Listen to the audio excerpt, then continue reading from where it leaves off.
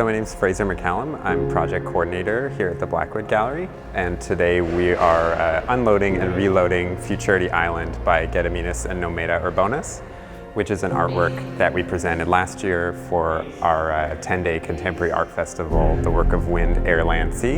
And so during that festival it was presented in Mississauga's Southdown industrial area, and we are repacking it to take it on the road to Massachusetts Institute of Technology, MIT. And so we're here today at Musket's Ridgeway Drive facility to take the piece from 2 shipping containers into a single truck trailer.